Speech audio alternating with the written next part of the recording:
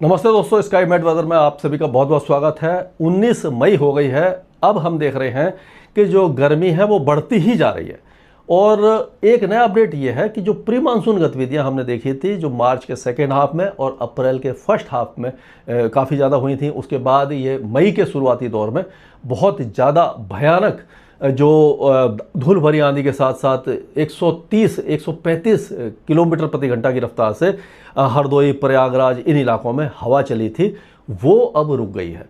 हालांकि हवाएं जो है उत्तर पश्चिम दिशा से तेज़ी से चल रही हैं और ये जो हवाएं हैं यहाँ से काफ़ी तेज़ी से आएंगी, लू जैसी स्थिति बन जाएगी। लेकिन जो मानसून से पहले की बारिश होती है जिससे गरजने वाले बादल बनते हैं, क्योंकि कोई ऐसा वेदर सिस्टम नहीं बन रहा, केवल ये सूखी हवाएं आ रही हैं। जब सूखी और गर्म हवाएं आएंगी और कोई साइक्लोनिक सर्कुलेशन नहीं बनेगा, नमी नहीं मिलेगी, तो बादल नहीं बनेंगे। अगर बादल नहीं बनते, बड़े बादल का मतलब है जो क्यूमुलोनिम्बस क्लाउड जिसको इंग्लिश में कहते हैं, यानी गरजने वाले बादल, उनका क्या होता है कि जो बेस होता है जहाँ से बादल शुरू होता है वो 3000-4000 फीट पर होता है, लेकिन उसका जो वर्टिकल एक्सटेंट है, उसकी जो टॉप की लेयर होती है, सबसे जो टॉप होता है वो 14 किलोमीटर, 12 से 14 और 16 किलोमीटर तक पहुंच जाता है।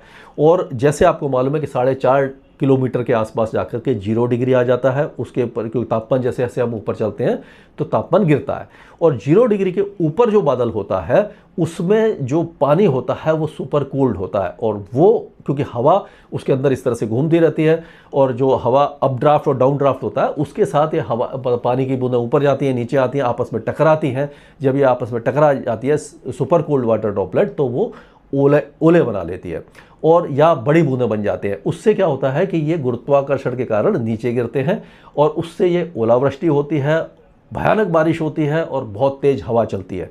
लेकिन अभी क्योंकि इस तरह का कोई वेदर सिस्टम नहीं आ रहा, वेस्टर्न डिस्टर्बेंस कमज़ोर है, उनके प्रभाव से जो उत्तर भारत में साइक्लोनिक सर्कुलेशन बन रहे थे वो नहीं बने हैं, कोई ट्रफ नहीं है। तो इसीलिए अगले कम से कम एक हफ्ते तक हमें उत्तर भारत में, खास करके पंजाब, हरियाणा, दिल्ली और राजस्थान के ज़्यादातर इलाके, अब पूर्वी भारत की बात करें तो आप देखेंगे ज़्यादातर बिहार का पश्चिमी इलाका, पूरा उत्तर प्रदेश, मध्य भाग में मध्य प्रदेश, छत्तीसगढ़, अंदरूनी उड़ीसा और महाराष्ट्र के उत्तरी इलाके, गुजरात, ये सारे जो इलाके हैं पूरी तरह शुष्क रहेंगे और काफ़ी ज़्यादा गर्म रहेंगे। तेलंगाना तक हम देख रहे हैं कि गर्मी बहुत ज़्यादा रहेगी, अपने चरम पर रहेगी, और यहाँ पर अभी गर्मी से राहत नहीं मिलेगी, लेकिन जो मानसून से पहले वाली बारिश है वो अभी नहीं आएगी। अंडमान सागर में मानसून और आगे बढ़ेगा, केरल पर 1 जून को दस्तक देता है, मौसम विभाग ने 26 मई बताया है। लेकिन अभी जो वेदर सिस्टम बन रहे हैं वो ऐसे लग रहे हैं कि आप देखिए कि जो यहाँ पर जो हवाएं हैं, इसमें क्या होता है कि जैसे मैंने आपको कल के वीडियो बनाया था कि हवा जो है वो इस तरह से पश्चिमी आनी चाहिए, दक्षिण पश्चिमी आनी चाहिए, ये केरल और कर्नाटक के तट पर। लेकिन अभी जो मॉडल दिखा रहे हैं उसके हिसाब से हमें ऐसा लग रहा है कि जो हवाएं आएंगी वो अभी जो मतलब 26 तारीख के आसपास की बात कर रहा हूँ मैं, उस समय ये हवा इस तरह से आ रही होंगी, यहाँ से आ रही होंगी, यानी उत्तर पश्चिम से अगर आती हैं तो वो जो क्राइटेरिया होता है मानसून को सेटिस्फाई करने के लिए वो बन नहीं पाएगा। तो हो सकता है जैसे मौसम विभाग ने बोला 26 तारीख के ±4 डेज, तो हो सकता है आगे के 4 दिन के दौरान मानसून आ जाए। देखने वाली बात है, और उसमें चेंजेस भी आ सकते हैं मॉडल में, अभी इसे हम कह नहीं सकते। तो अब आज 19 तारीख की अगर हम बात करें तो आप देखिए पहाड़ों पर ये जो वेदर एक्टिविटी है जम्मू कश्मीर में ज़्यादा हो जाएगी, लद्दाख की हल्के हल्के हो जाएगी, और हिमाचल में भी बहुत हल्की कहीं पर जो लाहौल स्पीति और उसके आसपास के इलाकों में जो है आपका केलोंग वगैरह यहाँ पर दिखाई देगी। उत्तरी पाकिस्तान में, अफगानिस्तान में दिखाई देगी।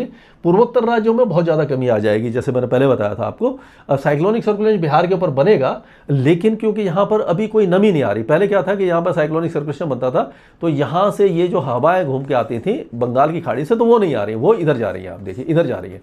तो इसीलिए अगर यहाँ पर जाएंगे तो क्योंकि नमी नहीं आएगी, जब नमी नहीं आएगी टेम्परेचर हो, हवा साइक्लोनिक सर्कुलेशन के कारण क्या ऊपर की तरफ उठती है, हवा ऊपर उठती है तो ठंडी होती है, उसमें जो नमी होती है वो कंडेंस होकर के बादल बना लेती है। लेकिन जब हवा में नमी ही नहीं होगी तो बादल कहाँ बनेंगे? इसीलिए बिहार में और ये सारे इलाकों में बारिश नहीं होगी आज। और लेकिन पश्चिमी तट पर ये जो हवा है, यहाँ पर ये नमी है, तो यहाँ पर जो प्री मानसून गतिविधियाँ हैं केरल में, अंदरूनी तमिलनाडु में, दक्षिणी कर्नाटक में, कोस्टल कर्नाटक में, रायलसीमा में काफ़ी अच्छी होने वाली है। ये 19 तारीख है। 20 तारीख को होते होते भी पहाड़ों पर हल्की फुल्की बारिश की गतिविधियाँ रहेंगी, लेकिन 20 तारीख को एक नया डेवलपमेंट आपको दिखाई दे रहा होगा कि यहाँ पर ये देखिए, ये जो हवा आ रही है यहाँ से आना, यहाँ से शुरू हो गई, ये थोड़ी सी इधर से ये नमी लेकर के आना शुरू हो गई बिहार के ऊपर। तो बिहार के जो पूर्वी इलाके हैं, उत्तर पूर्वी इलाके, ऊपर वाली पश्चिम बंगाल, यहाँ पर बारिश शुरू हो सकती है 20 तारीख को।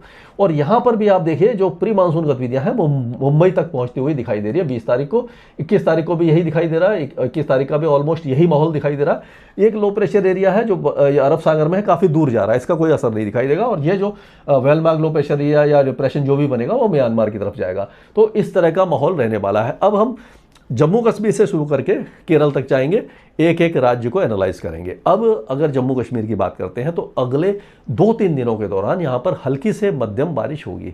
स्नोफॉल तो अब के चांसेज है ही नहीं, चाहे कितना भी ऊंचा पहाड़ हो, क्योंकि अब गर्मी काफ़ी ज़्यादा हो गई है। तो यहाँ पर अभी कुपवारा, बांदीपुर, मुजफ्फराबाद, बारामूला, श्रीनगर, बदगांव, पूंछ, मीरपुर, राजौरी, रियासी, रामबन, इन सारे इलाकों में हल्की से मध्यम बारिश की गतिविधि आपको दिखाई देगी। लद्दाख में बारिश बहुत ही कम रहेगी। जैसे मैंने पहले बताया था कि लद्दाख रेन शेडो एरिया है।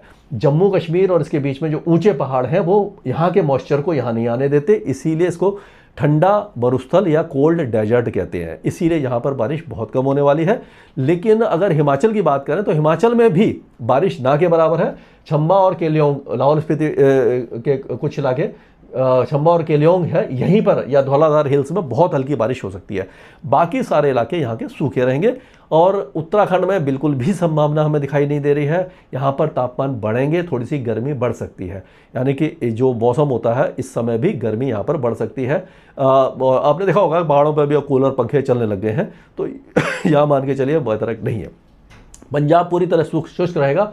उत्तर पश्चिम दिशा से जो गर्म हवाएं चलेंगी, यहाँ पर अब 40 डिग्री के ऊपर तापमान कई जगह पर आ जाएगा। अगले एक हफ्ते तक कोई बारिश नहीं है। दिल्ली और हरियाणा पूरी तरह शुष्क रहेंगे। दिल्ली में 44 या 45 डिग्री तक का तापमान अगले 2 या 3 दिनों में कुछ जगह पर, सब जगह नहीं, कुछ जगह पर आ सकता है। उसी तरह से हिसार, सिरसा, फतेहाबाद, नारनौल, झज्जर, महेंद्रगढ़, ये जो इलाके, रेवाड़ी वगैरह, यहाँ पर भी गर्मी काफ़ी ज़्यादा बढ़ जाएगी। कुरुक्षेत्र, कैथल, करनाल, ये सारे इलाके भी काफ़ी ज़्यादा गर्म हो जाएंगे, यानी कि पूरा हरियाणा और दिल्ली गर्म हो जाएगा। अब अगर यहाँ की बात करें उत्तर प्रदेश की, तो यहाँ पर एक आपने देखा होगा कि बांदा ने रिकॉर्ड तोड़ा था। बांदा 48 डिग्री तक पहुँचा था पहले भी, अभी भी 46.4 था। तो यहाँ पर सबसे ज़्यादा गर्मी अभी रहेगी आपकी जो बांदा है, हमीरपुर, महोबा, चित्रकूट, फतेहपुर, झांसी, ये जो इलाके हैं, जालौन वगैरह, सबसे ज़्यादा गर्म रहेंगे। बाकी आप मेरठ, मुजफ्फरनगर, सहारनपुर, हाथरस, आगरा, अलीगढ़, यहाँ से लेकर के कासगंज से लेकर के आप अयोध्या, फैजाबाद, प्रयागराज, मिर्ज़ापुर, भदोही, जौनपुर, ये सारे इलाके 44 या 45 डिग्री तक जा सकते हैं, यानी हीट वेव कई इलाकों में आने की संभावना दिखाई दे रही है। लेकिन जो जैसे पीलीभीत है और ये श्रावस्ती है, बलरामपुर, सिद्धार्थनगर, कुशीनगर, यहाँ पर हीट वेव नहीं आएगी।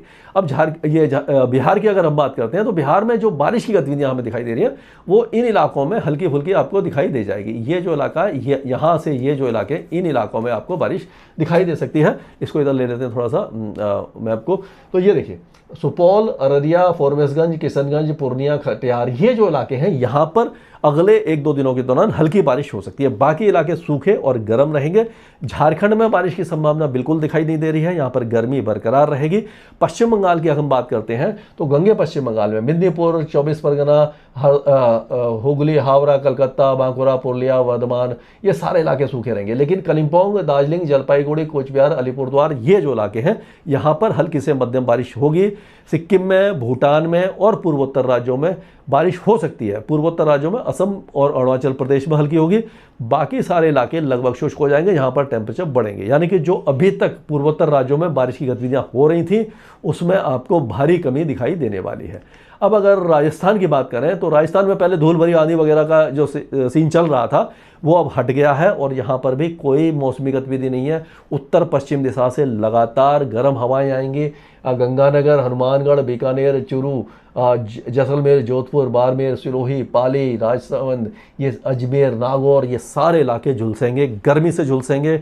बहुत तेज़ गर्मी होगी, बादलों का नामो निशान नहीं होगा, उत्तर पश्चिम दिशा से गर्म हवाएं आएंगी। एक हफ्ते तक यहाँ पर कोई भी मौसमी गतिविधि दिखाई नहीं देने वाली है।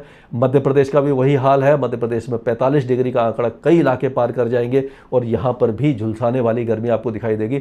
छत्तीसगढ़ में बारिश की संभावना बिल्कुल नहीं है। कोरिया फिरोजपुर से लेकर के बलौदाबाजार, जांजगीर चांपा, दुर्ग, राजनांदगांव, रायगढ़, रायपुर से लेकर के बस्तर तक कोई भी मौसमी गतिविधि दिखाई नहीं दे रही है।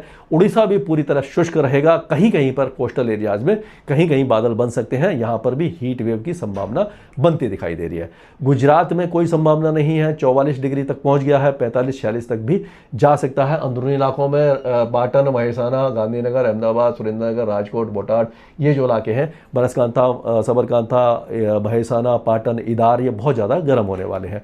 महाराष्ट्र का जो विदर्भ है और ये बाकी इलाके हैं, ये काफ़ी ज़्यादा गर्म हो चुका है। लेकिन यहाँ पर एक सिल्वर लाइनिंग आप कह सकते हो, ये दिखाई दे रही है कि जो सांगली, सतारा, कोल्हापुर, ये जो इलाके हैं, यहाँ पर हल्की फुल्की बारिश की गतिविधियाँ 1-2 दिनों के दौरान हो सकती है। सिंधुदुर्ग, रत्नागिरी, रायगढ़, ये जो जिले हैं, यहाँ पर भी प्री मानसून गतिविधियाँ शुरू हो सकती है। मुंबई, थाने, पालगढ़ तक भी बारिश की गतिविधियाँ 1-2 दिनों में शुरू हो जाएंगी। हल्की फुल्की होंगी, लेकिन यहाँ पर पश्चिमी तट जो है, यहाँ पर लगातार बारिश होगी और मानसून आने तक मुझे लग रहा है कि बारिश की गतिविधियाँ यहाँ पर रुक रुक करके होती रहेंगी। अब तेलंगाना पूरी तरह शुष्क और गर्म रहेगा। आंध्र प्रदेश में भी संभावना दिखाई नहीं दे रही है, लेकिन कर्नाटक के कई इलाके, दक्षिणी कर्नाटका में बारिश होगी, कोस्टल कर्नाटका में होगी, अंदरूनी कर्नाटका में भी 1-2 बौछारें हो सकती हैं। केरल में मूसलाधार बारिश हो रही है, अच्छी बारिश हो रही है और यहाँ पर अभी लगातार बारिश होगी। लक्षद्वीप में भी तेज बारिश होगी। तमिलनाडु के अंदरूनी इलाकों में जो कृष्णागिरी है, धर्मपुरी है, सालेम, नामांकल, इरोड, तिरुपरूर, नीलगिरी हिल्स, कोयम्बटूर, डिंडीगुल, थेनी, मदुरई, विरुद्धनगर, ये सारे इलाके बारिश देखेंगे। चेन्नई वगैरह में चांसेस कम दिखाई दे रहे हैं। अंडमान और निकोबार द्वीपों में भी अच्छी बारिश की संभावना अगले 2-3 दिनों के दौरान दिखाई दे रही है। तो ये था अभी तक का अपडेट। स्काई मैट वेदर के साथ बने रहिए और लगातार हमारा अपडेट देखते रहिए। धन्यवाद।